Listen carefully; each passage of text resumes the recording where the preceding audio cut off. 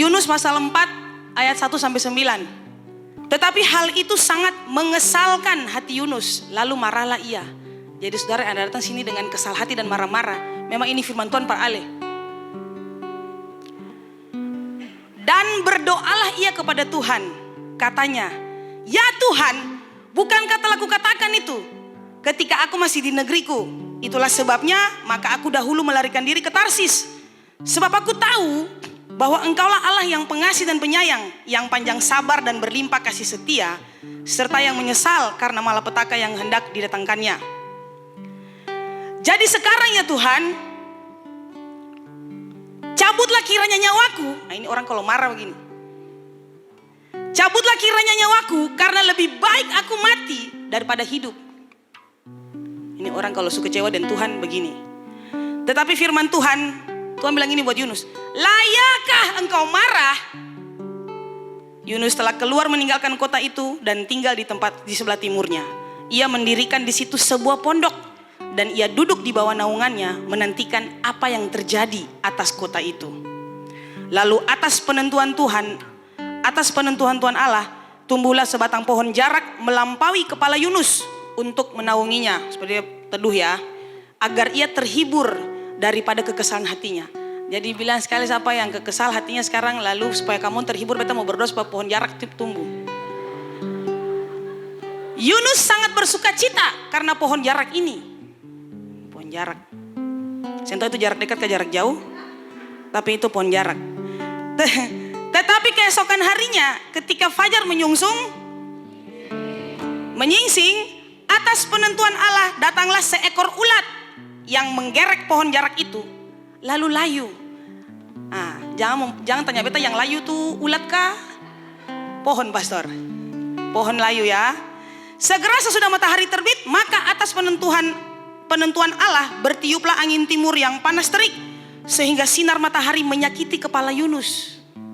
Lalu rebahlah ia lesu karena panas ya, dan berharap supaya mati. Katanya, "Lebih baik aku mati daripada hidup." Tetapi firman Allah kepada Yunus, "Layakkah engkau marah karena pohon jarak itu?" Yunus jawab, "Selayaknya lah aku marah sampai mati." Tuhan bilang, "Layakkah kamu marah karena pohon jarak itu?" Yunus bilang, "Selayaknya lah aku marah sampai mati Tuhan." Kita paling marah Tuhan nih. Jadi khotbah malam hari ini saya beri judul Faktor X. Semua katakan faktor X. Ayo bilang samping kiri kanan, fokus. Saudara tahu mantan presiden Afrika Selatan yang namanya Nelson Mandela? Ada fotonya? Nah, Nelson Mandela. Tahu? Yang tahu angkat tangan. Turun tangan. Yang tidak tahu angkat tangan. Jujur aja, jujur betul saya. Turun tangan. Yang agak-agak tahu, gini sah. Oke, Nelson Mandela.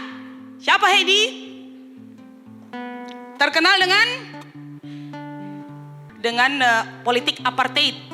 Dia ini memusnahkan yang namanya apartheid. Ya, apartheid itu sebuah sistem yang dia mengklasifikasi, dia seperti memisahkan antara kulit putih dan juga ras kulit lain. Tengok samping kanan, ada kulit putih ke kulit hitam.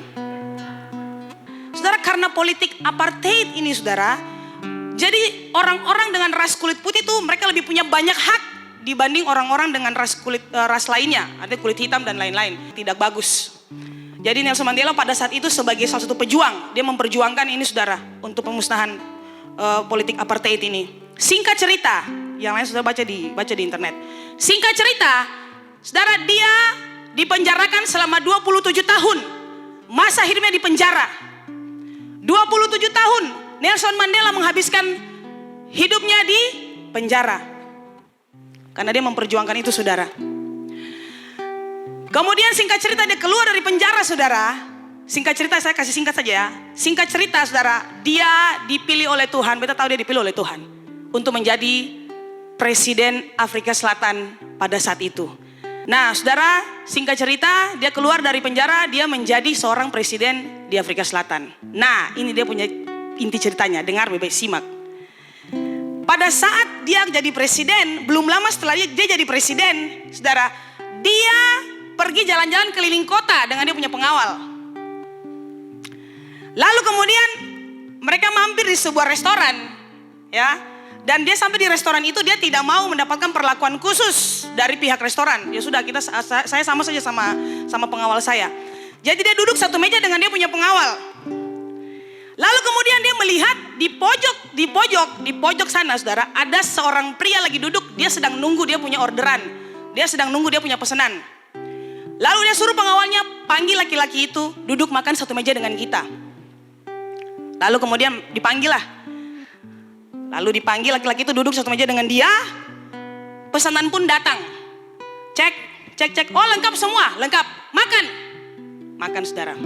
Jadi saudara tahu, sepanjang laki-laki itu duduk di meja dengan presiden Afrika Selatan pada saat itu dengan pengawalnya, dia nggak ngomong sepatah kata. Saudara, ini dengan presiden ya, takut, gemetar.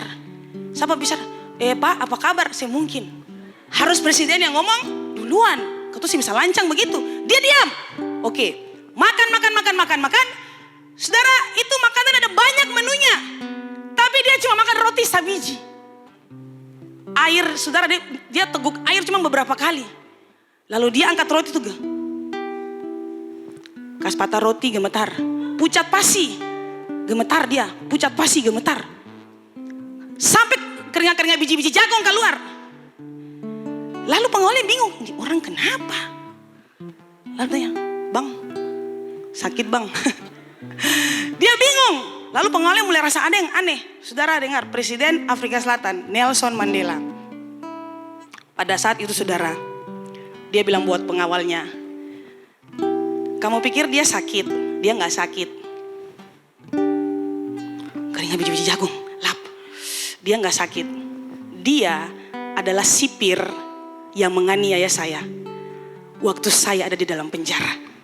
Pada saat saya ada di ruang isolasi, dia menganiaya saya. Dan ketika saya minta minum, dia tidak memberikan saya minum. Dia malah mengencingi kepala saya. Bentar. Jadi yang kamu lihat kondisi dia lagi gemeteran, ya, tremor gitu, keringat dingin, itu bukan karena dia sakit. Dia takut kalau aku membalaskan dendamku kepada dia. Saudara lihat pelajaran yang paling berharga dari Nelson Mandela. Dia ngomong pada saat itu buat sipir ini. Sipir tuh penjaga penjara itu ya yang ditugaskan.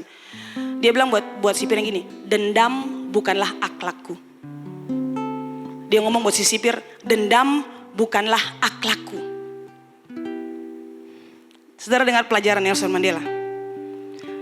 Dendam tidak akan membangun negara. Tapi memaafkan selalu menjadi jalan menuju kebangkitan sebuah bangsa.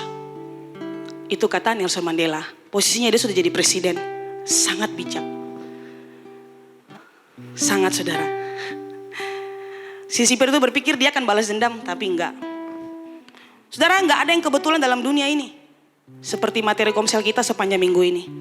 Enggak kebetulan Nelson Mandela bertemu kembali dengan sipir itu. Enggak kebetulan. Tuhan atur itu sangat indah. Gak kebetulan Tuhan pertemukan Nelson Mandela kembali dengan si sipir yang menganiaya dia itu. Gak kebetulan. Karena Tuhan punya tujuan untuk si sipir itu. Supaya dia belajar sesuatu yang baik dari Nelson Mandela. Saudara tangkap ya. Mengerti ya. Gak kebetulan. Saudara, semua yang terjadi dalam kehidupan kita, saudara, semua ada pelajarannya. Makanya tadi waktu saya persiapan ini di rumah, saudara Tuhan bicara buat saya waktu people come and go. They come and bring the lessons. They go and live the lesson. Luar biasa, saudara. Saya bilang, Tuhan betul ya. Setiap orang yang mampir dalam kehidupan kita selalu ada pelajarannya. Mereka datang bawa pelajaran buat kita. Mereka pergi, mereka meninggalkan pelajaran buat kita. Itu sebabnya waktu Anda sakit, Anda putus cinta, sakit kan? Sakit. Kemarin saya pelayanan satu anak muda. Ya, dalam seizin Tuhan, dia putus dengan pacarnya. Saya bilang dalam seizin Tuhan. Memang dalam seizin Tuhan. Tuhan terima kasih. Tuhan baik. Dalam seizin Tuhan dia putus dengan pacarnya. Lalu saya bilang, Pastor Ana mari Katondo berdoa buat beliau. berdoa. Hancur saudara, sakit sampai dia tak duduk-duduk sekali. Karena dihianati pacar. Perempuan-perempuan zaman ini adalah perempuan-perempuan luar biasa. Dan biasa di luar lingkaran juga. Lingkaran kesetiaan. Coba tengok perempuan samping kiri kanan, saya bisa bisa saya bisa bilang. Saudara, ini cowok setianya minta ampun, tapi dihianati. Singkat cerita, berdoa. Lagi sementara berdoa buat dia sedang nangis saudara. Nangis jadinya. Jadi pastor Ana tanya gini, bayangkan ini ketua pelayanan. Beta pakai bahasa Ambon, pastor Ana tanya begini, Pastor Let, kenapa? Dia bilang, laki-laki bisa menangis lagi karena cinta. Jangan salah, laki-laki bisa nangis karena cinta. Amin wanita. Amin wanita. Kalau beta bilang amin laki-laki, dosa akan akui. Beta bilang amin yang wanita. Kalau beta mau bilang amin yang laki-laki. Pas Ona kaget, kok ada laki-laki. Kok laki-laki tapi kok bisa menangis gara-gara cinta? Oh, ya ampun, jangan salah. Ya, yang laki-laki pikir kasih perempuan menangis tak hek-hek. Pada sekarang saudara, perempuan kasih laki-laki menangis tak hok-hok. Kata hek-hek lah. Tak boleh balik. Jadi jangan bangga ya. Jangan bangga saudara. Saudara, dia ketemu dengan sipir itu lagi untuk mengajarkan sebuah pelajaran hidup yang sangat berharga tentang dendam, tentang kebencian, sakit hati dan luka. Itu gak berguna teman-teman untuk kita. Gak berguna saudara untuk kita. Hati kita kalau dipenuhi dengan negative feelings itu gak berguna untuk kita. Yang ada untuk kita sakit. Jiwa sakit, roh sakit, fisik sakit. Nah saudara, hari Selasa kemarin waktu saya menyembah Tuhan, masuk dalam ruang perkenanan Tuhan, saya masuk dalam ruang penyembahan, saya menyembah Tuhan. Saudara, saya sangat bersuka cita karena ketemu dengan Bapak. Aduh, saudara datang OPM ya, supaya saudara masuk dalam ruang perkenanan Tuhan, ruang penyembahan, saudara menikmati Tuhan. Harus jangan sampai ketinggalan. Aduh, saya menyembah Tuhan. Saudara dengar baik. Tuhan pada saat itu menyatakan diri buat saya sebagai Allah Elohim. Dia menciptakan dari yang gak ada menjadi ada. Saudara, saya diperlihatkan oleh Tuhan. Saya lihat air terjun saudara. Tuhan tanya buat saya gini, saya tahu air terjun terbesar apa di dunia. Beta bilang Niagara Tuhan yang beta tahu. Itu saja. Beta bilang itu yang beta tahu sih itu. Tuhan bilang beta gini, saya balik ke kiri. Beta balik ke kiri. Itu air terjun apa? Beta bilang, wih besar juga saya tahu Tuhan. Saya balik lagi sekarang. Jadi kayak timur utara sekarang barat. Itu air terjun apa? Waduh, saya tahu Tuhan. Balik lagi selatan. Ini air terjun apa? Saya tahu Tuhan. Jadi saudara, saya ada di tengah-tengah air terjun yang besar. Saudara, Tuhan bilang begini, bilang waktu udah sepenuh hati.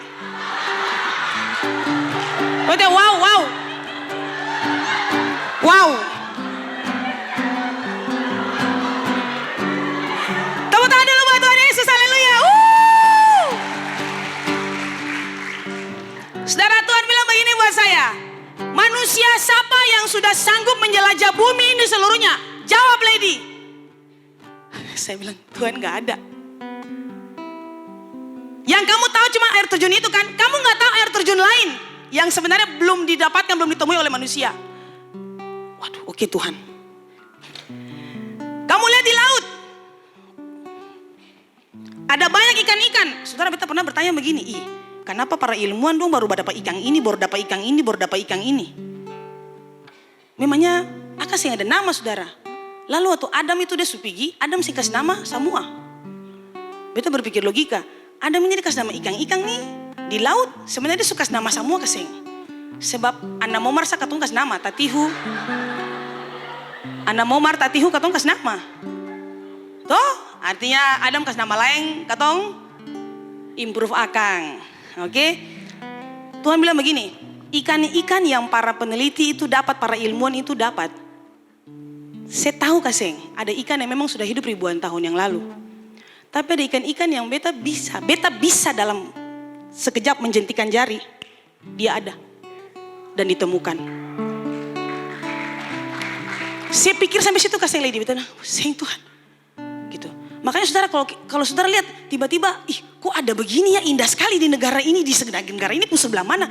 Katong bingung, ada orang-orang yang dapat pemandangan-pemandangan sebagus itu. Hedi, ada orang-orang yang dapat sebagus itu, dapat hal-hal yang seperti itu. Ini dari mana? Saudara, mereka belum semua menjelajah bumi.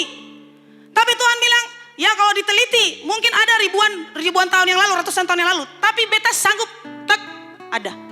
Oke, sekarang saya lihat tumbuhan. Sebelum saya ada di Ambon sini, saya pernah makan sayur paku-paku. Oke Tuhan. Lalu sayur paku-paku itu sulama tuh Tuhan? Iya. Semua tanaman di muka bumi ini teman-teman, ada juga yang katong belum tahu. Namanya juga katong belum tahu saudara. Dan tumbuhan itu saudara, Tuhan perlihatkan buat beta. Tuhan tinggal jentikan jari, dia tumbuh. Dia tumbuh, dia tumbuh. Dia tumbuh saudara dalam seizin Tuhan, dalam perkenanan Tuhan, dalam ketentuan Tuhan. Dia tumbuh sendiri. Lalu Tuhan nyatakan diri buat beta, akulah Allah Elohim. Aku membuat yang tidak ada menjadi ada. Guys, waktu pohon itu tumbuh saudara, saya bilang Tuhan, pohon ini tumbuh. Lalu Tuhan bilang, sila siapa di bawah pohon?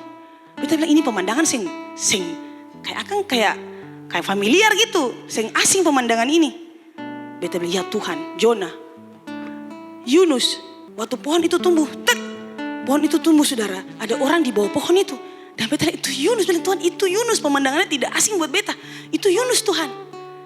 Aduh Tuhan, saudara Tuhan paling hebat. Saudara, Yunus saudara. Lalu beta bilang Tuhan itu paling hebat. Lalu Tuhan bilang, saya lihat di padang belantara, beta bikin jalan yang baru. Beta lihat padang saudara, Tuhan tuh kayak seperti bikin jalan, terbuka. Jadi seperti yang tadinya tuh cuman padang biasa, tapi Tuhan itu bikin jalan untuk beta lewat. Beta lihat sungai di padang. Tuhan ini ayat Yesaya. Ini Yesaya. Kita baca Yesaya 43 ayat 18 sampai 19. 1, 2, 3. Kuat. 1, 2, 3. Firman-Nya, janganlah ingat-ingat hal-hal yang dahulu. Dan janganlah perhatikan hal-hal yang lihat, aku hendak membuat sesuatu yang baru, yang sekarang sudah tumbuh, belumkah kamu mengetahuinya? Ya, aku hendak membuat jalan di padang gurun dan sungai-sungai di padang belantara. Amin. Itu jangan ingat hal-hal yang dulu-dulu, maksudnya bukan yang purbakala gitu. Oke, dalam konteks ini adalah ketemu punya masalah-masalah, masa-masa lalu atau peristiwa-peristiwa sebelumnya. Guys, come on, He is working. He is working. Dia bekerja. He is working in your painful, even your painful. He is working. Dia bekerja sekalipun dalam rasa sakit luar biasa. He is working in your weaknesses. Dia bekerja dalam kelemahanmu. Dia sedang bekerja saudara. Kelihatannya sepertinya Tuhan, di mana sih Tuhan? Tapi dia sedang bekerja. Dia sedang membuka jalan. Saya bilang Tuhan, kembali ke penglihatan itu, saya bilang Tuhan, apa hubungannya ini dengan Yunus? Lalu kemudian Tuhan bilang, saya baca Alkitab toh, sebelum pohon jarak itu tumbuh, apa kalimat awal Lady? Saya bilang, atas perkenanan Tuhan. Atas perkenanan Tuhan, atas ketentuan Tuhan, atas kedaulatan Tuhan, itu pohon jarak tumbuh. Boleh ayatnya? Nah, saudara lihat. Dan lalu atas penentuan Tuhan Allah. Saudara, saya ingat sekali kalimat ini. Makanya Tuhan bilang, saya ingat kan sebelum tumbuh itu pohon jarak. Apa kata firman Tuhan? Beta bilang, atas perkenanan Tuhan, atas kehendak Tuhan. Oke, atas penentuan Tuhan Allah. Lalu Tuhan suruh beta buka Alkitab sekarang. Beta buka Alkitab. Beta buka Alkitab. Saudara, ini paling menarik. Saudara, beta buka Alkitab. Saudara hitung kalimat atas perkenanan Tuhan ada berapa kali? Pertama, atas perkenanan Tuhan, pohon jarak itu tumbuh. Sudah? Oke. Tapi keesokan harinya, ketika fajar menyingsing, atas penentuan Allah 2 kali. Atas penentuan Allah lagi, ulat dikirim. Ulat datang memakan itu semua dedaunan layu. Yang berikut, segera sesudah matahari terbit, maka atas penentuan Allah, bertiuplah angin timur yang panas terik sehingga sinar matahari menyakiti kepala Yunus. Lalu rebahlah dia lesu. Saudara, beta coba cari. Saya cari dalam beberapa terjemahan bahasa Inggris. Dan amazingnya adalah, kita boleh balik ya. Amazingnya adalah kalimat atas penentuan Allah. Kalimat atas penentuan Tuhan Allah sebanyak 3 kali. Atas penentuan Tuhan Allah, tumbuhan itu, pohon jarak itu muncul. Atas penentuan Tuhan Allah, ulat muncul. Atas penentuan Tuhan Allah, angin bertiup. Saudara, dalam terjemahan, beberapa terjemahan bahasa Inggris, saudara, saya lupa catat ya. Kata penentuan Allah dipakai kata arranged. Atas pengaturan Tuhan. Atas pengaturan Tuhan. Artinya Tuhan sudah atur untuk Yunus bahwa itu pohon harus tumbuh di situ supaya Yunus bisa berteduh. Guys, Tuhan tahu yang terbaik buat kita loh. Tuhan tahu yang baik buat kita. Hanya dalam satu malam, saudara, Yunus tuh lagi duduk, tiba-tiba pohon muncul. Jangan tanya beta bagaimana prosedurnya itu barang muncul. Bagaimana sistemnya ini barang muncul. Itu amazing, saudara. Dan kalau Tuhan menciptakan dari yang tidak ada menjadi ada, itu supernatural. Ini seperti pohon jarak ini. Atas penentuan Tuhan, He arranged. 3 kali penentuan Allah dipakai kata arranged. Yang lebih hebat, saya baca dalam terjemahan bahasa Inggris yang lain lagi, dipakai kata provided.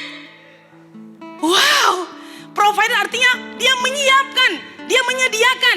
Jadi saudara, kalau dalam terjemahan lain dikatakan Allah menyediakan tumbuhan itu, Allah menyediakan pohon jarak itu bagi Yunus. Kemudian Allah menyediakan ulat. Allah juga menyediakan angin. Untuk apa? Semua untuk kebaikan kita. Jadi itu saudara, dia punya faktor S, faktor X. Kenapa banyak hal terjadi dalam kehidupan kita? Ada slide-nya? Atas penentuan Tuhan Allah. Semua yang terjadi dalam kehidupan kita itu ada karena faktor X. Satu saja. Atas penentuan Tuhan Allah. Enggak ada yang kebetulan. Anda lahir enggak kebetulan. Tuhan Allah sudah arranged. Dia sudah memang provided. Dia sudah atur. Dan dia sudah tentukan. Rio lahir di Ambon. Helmi lahir di Ambon. Dia sudah tentukan. Jadi bersyukurlah Anda lahir di Ambon. Bilang samping kanan, bersyukur saja saya lahir di Ambon. Yang paling luar biasa, Anda lahir di Ambon, lalu Anda domisili di Australia atau di mana itu luar biasa. Beta berdoa, semua hamba betul dari Gembala Sidang berdoa dalam nama Yesus LIM. Suatu saat Anda akan ada di luar negeri. Amin, dalam nama Yesus. Oke, ini faktor X yang pertama. Semua yang terjadi itu Tuhan sudah tentukan. He arranged, dia sudah atur. Jadi jangan bersungut ya. Amin. Teman-teman, kalau dia bukan dari Tuhan untuk kita, just let it go. Let him go. Let her go. Kalau dia bukan dari Tuhan untuk kita, lepas saja. Nah, kenapa sampai saudara paling sakit? Kenapa sampai mau melepaskan saudara keluar air mata sampai 1 minggu, sampai 2 minggu, bahkan 2 bulan? Kenapa? Bodoh.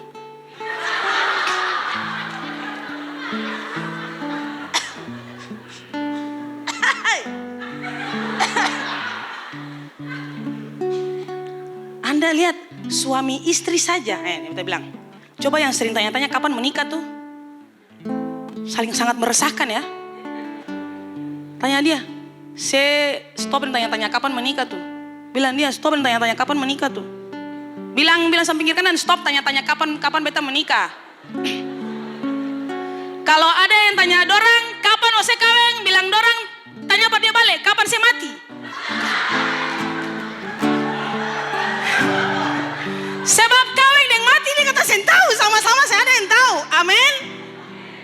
Jadi saya kasih kita pertanyaan, kita saya tahu, ose kapan mati, saya tahu lah. Sama. Kata orang ini hidup di, kata saya tahu nih ke depan misteri, tepuk tangan dulu buat Tuhan Yesus. Ada ose kapan mati. Nah, gitu saja. Jadi guys, orang bilang orang bilang ya menikah. Kalau saya menikah nanti waktu tua saya ada yang menemani. Harus menikah pastor. Nanti waktu tua saya ada yang menemani. Beta bilang ke orang kawin yakin kawin sampai tua. Yakin kawin sampai tua. Tuhan ada yang baru kawin 2 hari mati. Amin. Harus menikah supaya kalau hari tua ada yang menemani. Beta bilang ke orang yang saling menemani ini yang katanya suka kawin ini saja belum tentu menikmati hari tua bersama. Come on, jangan tanya-tanya begitulah. Semua atas penentuan Tuhan. Dia sangat meresahkan ya pertanyaan-pertanyaan itu ya. Sangat meresahkan. Oke, orang bilang kalau saya kerja, saya punya uang di masa tua.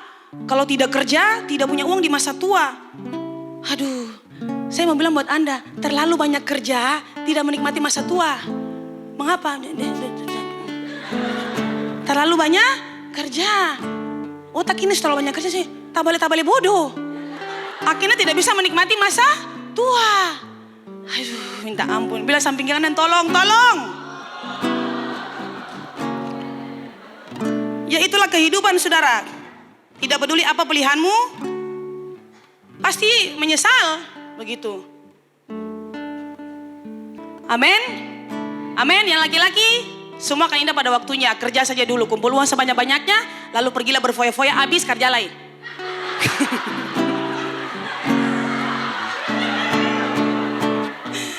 Halo, tepuk tangan dulu yang wanita saya, wanita tepuk tangan, wanita. Wanita, Anda tuh punya kelebihan khusus loh. Anda tuh punya kelebihan.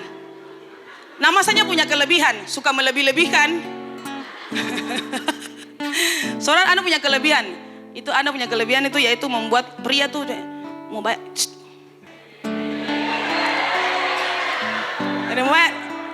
mau angkat nanti kita hari pertama, hari kedua ngedate, mau kasih orang udah jangan, kita malu loh, kita laki-laki harga diri. 1 minggu ngedate, harga diri dong, jangan beta ini. 1 bulan kemudian kere, saya ada apa-apa lah, saya ada darah.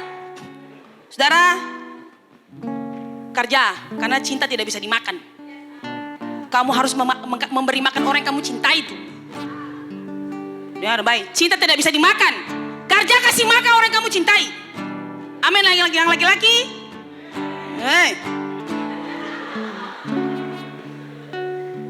Kamu harus bekerja keras supaya orang yang kamu cintai bisa makan. Jadi kalau belum bisa menghidupi diri sendiri, jangan bunuh orang, anak perempuan masa depan.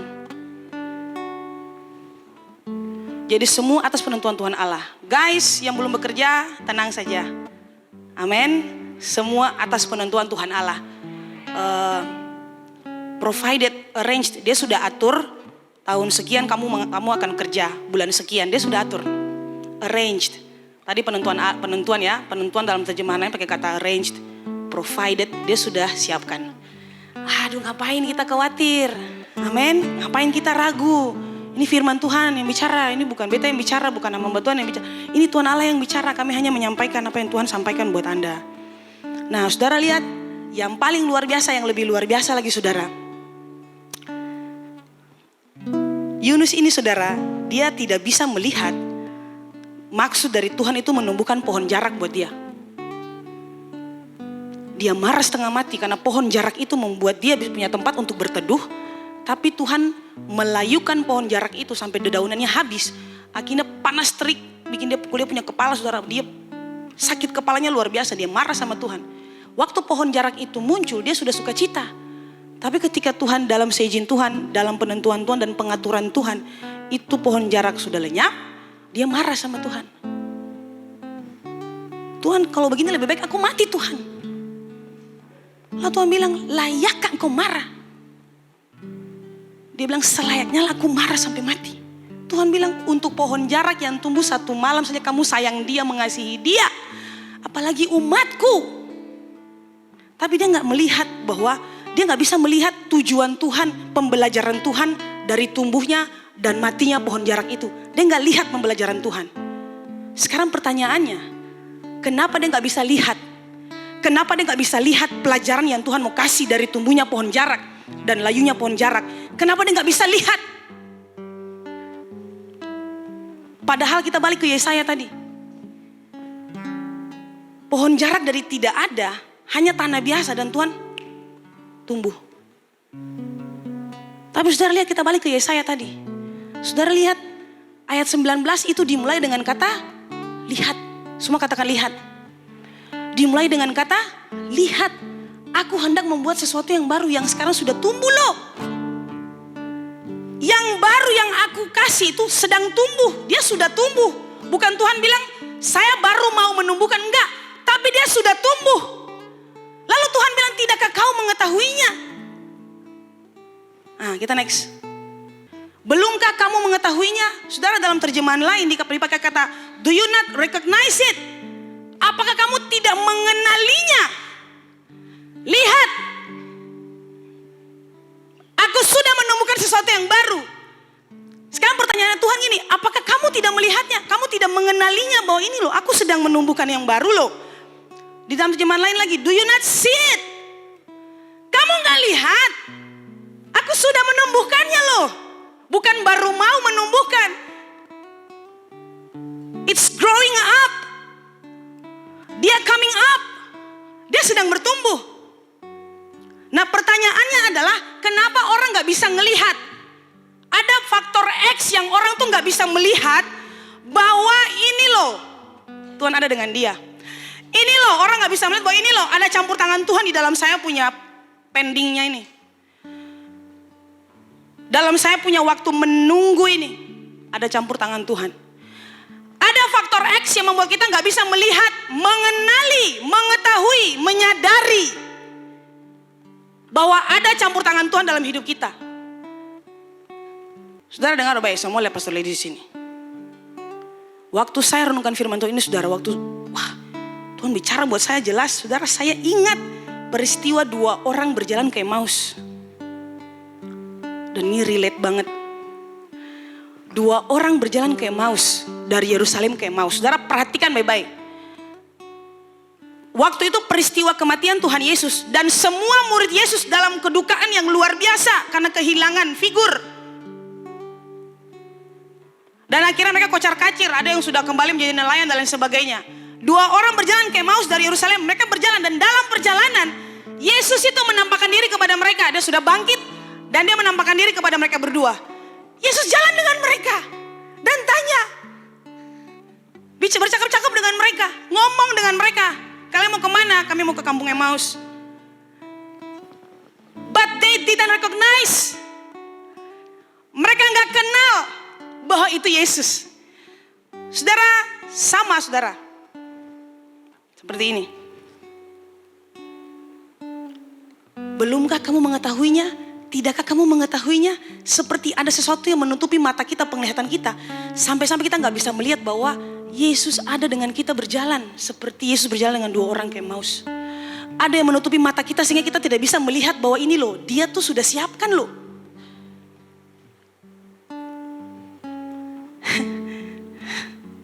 Apa pertanyaannya? Saudara, itu Alkitab katakan seperti ada sesuatu yang menutup mata mereka sehingga mereka tidak bisa melihat itu Yesus dengan mereka.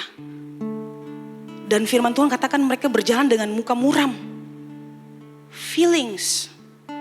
Berjalan dengan muka muram.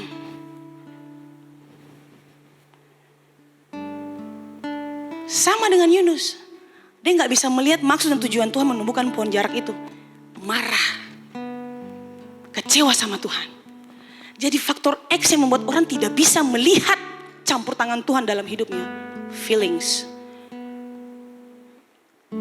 Saudara, perasaan ini saudara, kalau tidak diolah dengan baik saudara, kita gak bisa melihat Tuhan ada dengan kita. Kalau perasaan yang kita punya, kalau kita tidak manage saudara, kita tidak according to the Bible, kita tidak lihat sesuai dengan firman Tuhan saudara, kita tidak bisa melihat ini Tuhan sebenarnya sedang jalan dengan kita. Nah, saya bilang, ngomong tentang perasaan, bukan hanya perasaan negatif ya. Marah, kecewa, putus asa, hilang pengharapan, sedih. Bukan hanya soal itu. Orang senang pun, orang lupa Tuhan. Orang bahagia pun, orang lupa Tuhan.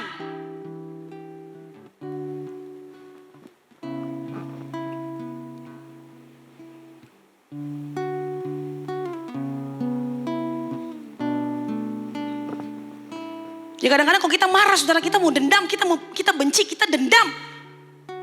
Kita seperti lupa. Orang menyakiti hati kita, kita mau balas gitu. Saya dapat balas dia secara nyata, kita balas di sosial media. Bila samping kiri kanan, saya punya status jangan terlalu aneh-aneh terlalu. Saudara, dari mimbar ini kami sebagai hamba Tuhan berulang kali bilang buat Anda, status Anda ada baiknya jangan menyindir kiri kanan, jangan. Orang lihat Anda, wah, Anda yang PKS ini hati-hati, Anda punya status itu yang membangun. Status seperti orang baca orang jadi begini, ini mengapa lah? Akhirnya kata yang saya ada pikiran banyak loh. Kata jadi pikir, ini orang ini mengapa? Kamu balik tambah kata beban pikiran lah. Salahnya kata juga sih, kata mau berpikir. Saudara dengar baik, orang lemah akan membalas. Orang yang lemah dia akan balas dendam dengan cara apa saja. Hantam di sosial media, hantam secara nyata. Orang yang lemah akan membalas dendam. Orang yang kuat rohnya, dia akan mudah mengampuni. Dan orang yang cerdas, dia mengabaikan. Pertanyaan saya, Anda nih tipe orang yang mana? Cerdas dan kuat dong, amin. Cerdas dan kuat. Kalau saudara bilang, pastor saya tipe orang yang cerdas dan kuat. Pertanyaan saya, lakukan enggak? Hati garuk-garuk Tuhan Yesus sih. Kalau bukan karena beta punya Tuhan nih, puji Tuhan beta punya hidup baru. Kalau beta hidup lama jangan bilang akang lai. Hidup baru tapi masih bilang kalau beta kau teringat dong kali beta lupa. Beta kau teringat itu. Guys, come on, kita harus jadi orang-orang yang kuat tapi juga smart, cerdas. Seperti tadi Nelson Mandela kan, dia bilang dendam bukanlah akhlakku. Dendam bukanlah akhlakku. Beta senang karena teman-teman sudah ikut pemuridan, mulai kembali belajar bagaimana jadi murid Kristus. Masih banyak lagi dimulai dengan doa. Saudara, saya percaya saudara berdoa buat hamba-hamba Tuhan, saudara tidak akan menyakiti hamba Tuhan. Kalau Anda berdoa buat hamba Tuhan setiap hari, saya percaya Anda tidak akan mampu setega itu menyakiti hati hamba Tuhan yang Anda doakan. Saya percaya saudara.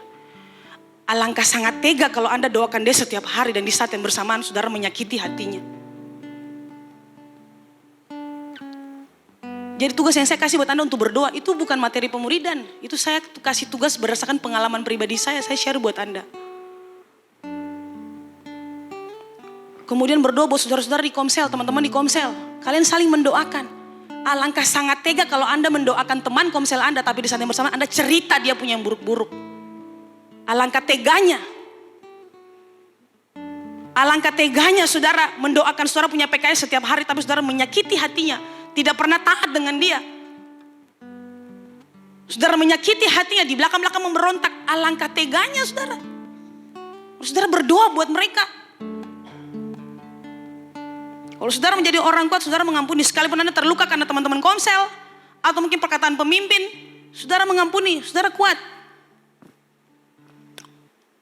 Najwa Shihab bilang, anak yang kuat itu bukan anak nomor 1, nomor 2, nomor 3, nomor 4. Bukan anak yang tertua, terbungsu, anak tengah. Enggak, anak yang terkuat adalah anak yang tidak dipedulikan dalam keluarga. Anak yang terkuat adalah anak yang gak pernah ditanya kabarnya. Anak yang terkuat adalah anak yang tidak dikirimi uang. Bapak stop uang kuliah. Anak yang terkuat adalah anak yang tidak pernah batalin mama. Mama selalu tolong dia, mama selalu kasih buat dia. Anak yang terkuat anak yang seperti begini. Anak yang terkuat anak yang tidak pernah ditanya sumakan nyong. Lalu mama sama tanya beta makan, mama tanya dia makan saya, lemah. Anak terkuat itu anaknya seperti begini. Mereka ini akan bertumbuh menjadi anak yang kuat. Itu dia. Saya tanya kabar saya, mama ini boleh dia baju baru, saya beli beta baju baru. Hei, makanya kuliah cepat, lalu kerja lah beli baju 20 biji. Amin. Anak terkuat itu anak seperti begitu teman-teman. Jadi beta berharap kita semua masuk dalam kategori orang cerdas dan orang yang kuat. Bilang buat samping kiri kanan, bilang beta orang cerdas dan kuat. Bilang buat samping kiri, bilang buat dia yang kenal ale-ale sendiri. Nah. Saudara, saya berharap Anda jadi orang smart ya. Gitu. Kemarin mama sudah bicara soal perdamaian. Ada lagunya tuh. Ku kan terbang di awan. Hidup dalam perdamaian. Kalau saudara orang yang tidak suka hidup dalam perdamaian, saya berani jamin hidup Anda sepanjang hari cuma bicara soal itu satu topik. Saudara, ini otak ini dia minta ampun. Otak ini. Jadi saya harap saudara jadi orang jangan seperti Yunus ya. Yunus marah. Ini sekarang apa yang saudara rasakan sekarang?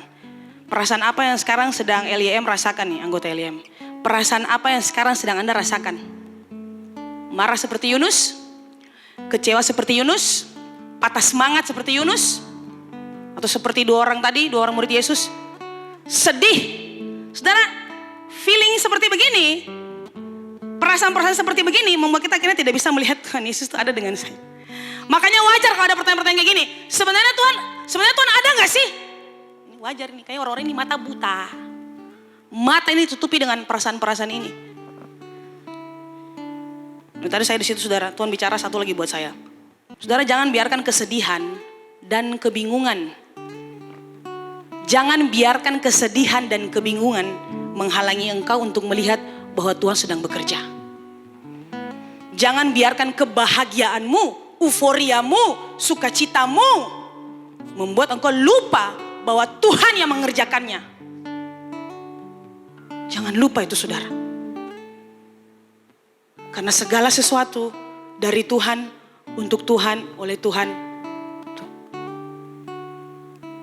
Jadi kita harus kembalikan semua kemuliaan. Kita harus kembalikan semua kemuliaan buat Tuhan Yesus. Jadi saya bilang ini bukan hanya feeling negatif tapi feeling positif juga. Anda bahagia pencapaian-pencapaian Anda dan lupa itu pemberian Tuhan. Jangan lupa saudara. Karena feeling-feeling seperti begini, bersenang sukacita, euforia yang luar biasa. Akhirnya saudara lupa sama Tuhan. Wajar lah makanya. Dapat berkat sedikit, pikas makan perempuan, saya telepon PKSK, pastor ketompi makan, saya yang lain. Persis nih, yang kemarin kita berdoa pada ini. Persis. Desember muncul muka. 31 Desember, tanggal 1 saya ada. 25 Desember muncul muka. Kadang komsel, kadang seng. Youth juga makanya 6 bulan sekali. Dia per semester. 1 semester 1 kali dia masuk. 1 semester 1 kali. Menghabiskan waktu dengan perempuan. Uang-uang kasih buat perempuan. Tidak pernah ada di gereja, di rumah Tuhan, di hadirat Tuhan. Di gereja saya yang ada apalagi di hadirat. Guys, hati-hati dengan saudara punya pasangan-pasangan yang ada di luar. Saya minta dalam nama Yesus bawa pasanganmu ke sini supaya kami bina. Kalian berdua bertumbuh lalu menikah. Amin. Kalau enggak pasangan Anda bisa tarik Anda keluar dari hadirat. Pasangan Anda bisa tarik Anda keluar dari kekudusan. Sedang dalam gereja saja kudis. Dalam gereja saya kudis dan kudis. Jadi saya berdoa supaya bawa mereka masuk. Pergi dengan perempuan, habiskan uang-uang dengan perempuan. Saya tanya PKS-nya. Ayo pastor jarang masuk komsel. Masuk komsel saya jarang. Apalagi mau tanya PKS mau makan. Ya Yesus. Masuk komsel saya jarang. Apalagi telepon pastor. Beta kirim ini. Grab food apa tuh? McDonald. Oke. Apa nih? Hamburger. Dia pakai hamburger. Oke. Masuk komsel saya pernah. Apalagi mau berkati hamba Tuhan. Guys, come on. Akhirnya pucuk dicinta. Ulang pun tiba. Bagaikan pungguk merindukan rempeyek. Ya. Itu dia. Saudara lihat. Pucuk dicinta, ulang pun tiba. Saudara, dia sudah matang tuh, jatuh sudah tuh. Jatuh tak apa-apa. Beta bilang, lalu uang-uang yang 3 tahun di gereja di mana akan? Uang mana? Mana? Oh saya kasih pun PKS. Saya berkata sedikit. Saat itu pun seng. Nah, saudara lihat ini. Jadi Tuhan itu baik. Beta bilang Tuhan itu baik. Tuhan harus selesaikan hubungannya dengan si wanita ini. Saudara lihat waktu terbuang. Gak ada di hadir, gak ada di gereja. Uang-uang terbuang percuma untuk wanita yang salah. Aduh, bodoh. Itu definisi bodoh itu kayak gitu. Bodoh. Mau lebih halus lagi. Bodoh. Kasih habis uang-uang untuk orang yang salah. Saudara, dia adalah Elohim. Jadi malam hari ini dia ingin menyatakan dirinya kepadamu sebagai Allah pencipta. Saudara, feeling ini yang salah ini buang akan jauh-jauh. Tuhan sedang melakukan sesuatu untukmu dan engkau harus lihat itu. Malam ini Tuhan mau bilang buat Anda, kamu harus lihat apa yang sedang aku kerjakan. Kelihatannya saudara, seperti Tuhan sedang buat sesuatu, tapi dia sedang bekerja. Allah itu roh, Anda nggak lihat apa yang dia kerjakan. Kelihatannya dia nggak ada dengan kita, tapi dia berjalan dengan kita. Jadi malam hari ini saudara, Tuhan Yesus mau sampaikan untuk Anda semua malam hari ini. Yesaya pasal 43 tadi. Itu harus menjadi bagian Anda. Lupakan semua kemarahan Anda di masa lalu nih, yang barusan tadi nih. Saya juga sama saudara. Kadang kesal. Anak MM tuh satu habis satu. Saya dipercayakan oleh Tuhan untuk menghandle mereka. Dari beta marah luar biasa, sampai marah luar, marah dalam, marah luar dalam, sampai beta susah tahu beta mau marah kasing. Sampai beta susah ada gaya apa marah, sampai beta diam. Beta Tuhan, beta sih mau kotori beta hati Tuhan Yesus. Beta sih mau, karena beta kalau beta pun hati ini kotor, simpan orang, benci orang, dendam orang, beta sih bisa melihat Tuhan dengan beta. Beta sih bisa melihat Tuhan sedang bekerja dengan beta dan sedang buat sesuatu yang baik buat beta. Beta saya mau tenggelam dalam feeling yang salah. Beta saya mau tenggelam dalam perasaan-perasaan yang salah. Guys, come on. Malam ini Tuhan juga mau Anda seperti begitu. Engkau sedih karena keputusan Tuhan? No. Mungkin pengen ini, tapi Tuhan bilang no. Atau Tuhan bilang wait. Be patient, sabar. Tuhan bilang tunggu. Aduh Tuhan. Tapi malam hari ini sama seperti Yunus. Tuhan Allah katakan buat Anda. Layakkah engkau marah? Tuhan bilang buat Anda Levi Youth Ministry. Layakkah kamu marah? Layakkah kamu kecewa? Layakkah kamu sedih dengan apa yang aku lakukan? Kamu sama seperti itu atau tidak? Tuhan, saya layak untuk sedih. Sampai mati saya sedih. Malam ini bertobat, amin. Malam ini bertobat, amin. Ya. Karena dia yang tahu yang terbaik buat kita. Dia tahu yang terbaik buat kita. Jangan biarkan kesedihanmu dan kebingunganmu menghalangi engkau untuk melihat bahwa Tuhan sedang bekerja. Jangan biarkan kebahagiaanmu membuat engkau lupa bahwa Tuhan Allah lah yang mengerjakannya. Saudara, kita balik ke Yesaya, semua kita bangkit berdiri. Sebelum Yesaya, ada satu quote yang tadi Tuhan bicara buat saya.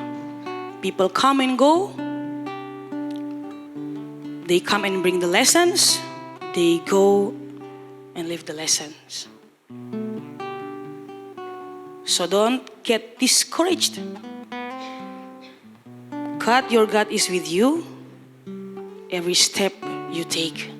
Yosua 1 ayat 9. Kemarin dalam persekutuan di Komsel, wah hadirat Tuhan penuh luar biasa. Banyak penglihatan, banyak pernyataan Tuhan. Dan ketika saya mau lepas berkat buat mereka, Tuhan bicara buat saya. Kuatkanlah dan teguhkanlah hatimu. Saya bilang buat teman-teman di Komsel kemarin Jericho.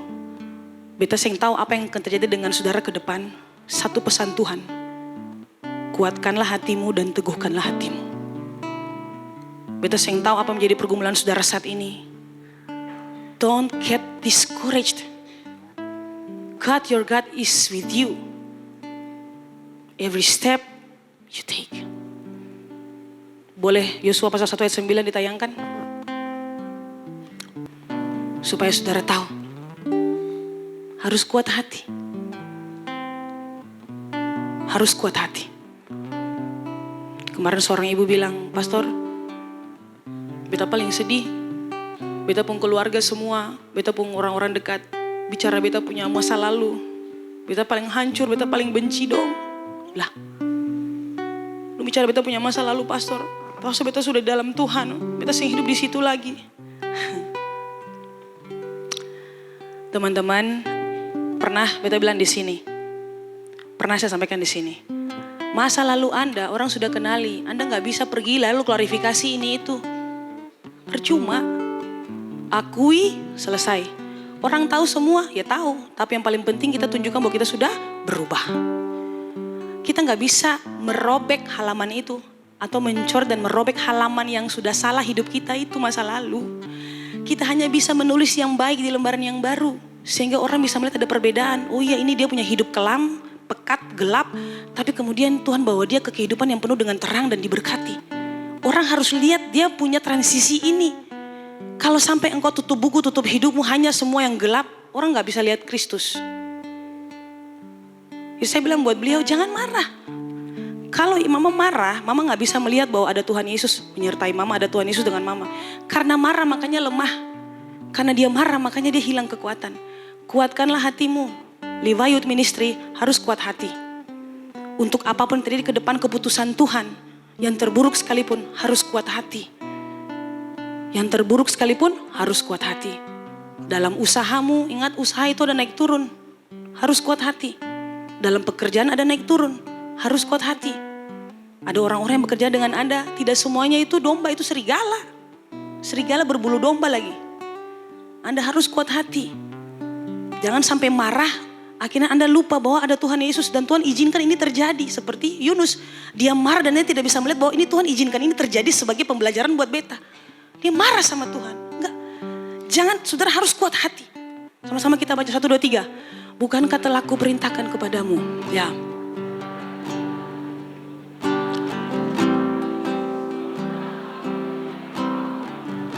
Sekali lagi, 1, 2, 3. Semangat. Bukankah telah kuatkan dan teguhkanlah hatimu. Janganlah kecut dan tawar hati. Sebab Tuhan Allahmu menyertai engkau kemanapun engkau pergi. Amin. Haleluya. Yes. Nah, kita baca satu ayat lagi di Yesaya tadi. 43. Saudara, kita harus mengaminkan firman Tuhan ini. Anda pulang malam hari ini harus menjadi orang-orang muda yang mengerti bahwa beta sedang berjalan dengan Tuhan. Dan Tuhan tidak tinggalkan beta. Anda harus pulang, Anda harus mengerti bahwa Tuhan sedang bekerja. Beta sekarang di level ini dan Tuhan sedang bekerja untuk membawa beta naik level lagi. Bekerja dengan beta, amin.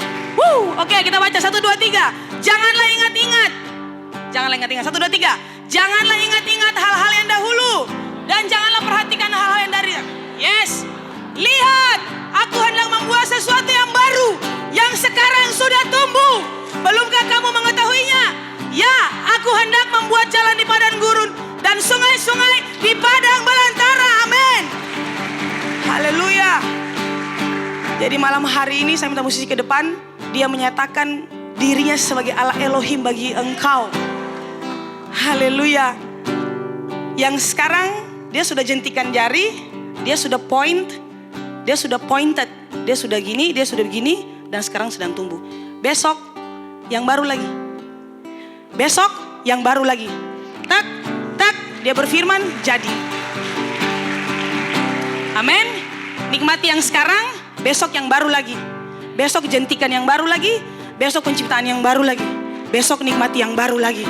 Besok berkat yang baru lagi. Besok promosi yang baru lagi. Besok tanggung jawab yang baru lagi. Besok sukacita yang baru lagi. Besok pengharapan yang baru lagi di dalam Tuhan. Haleluya.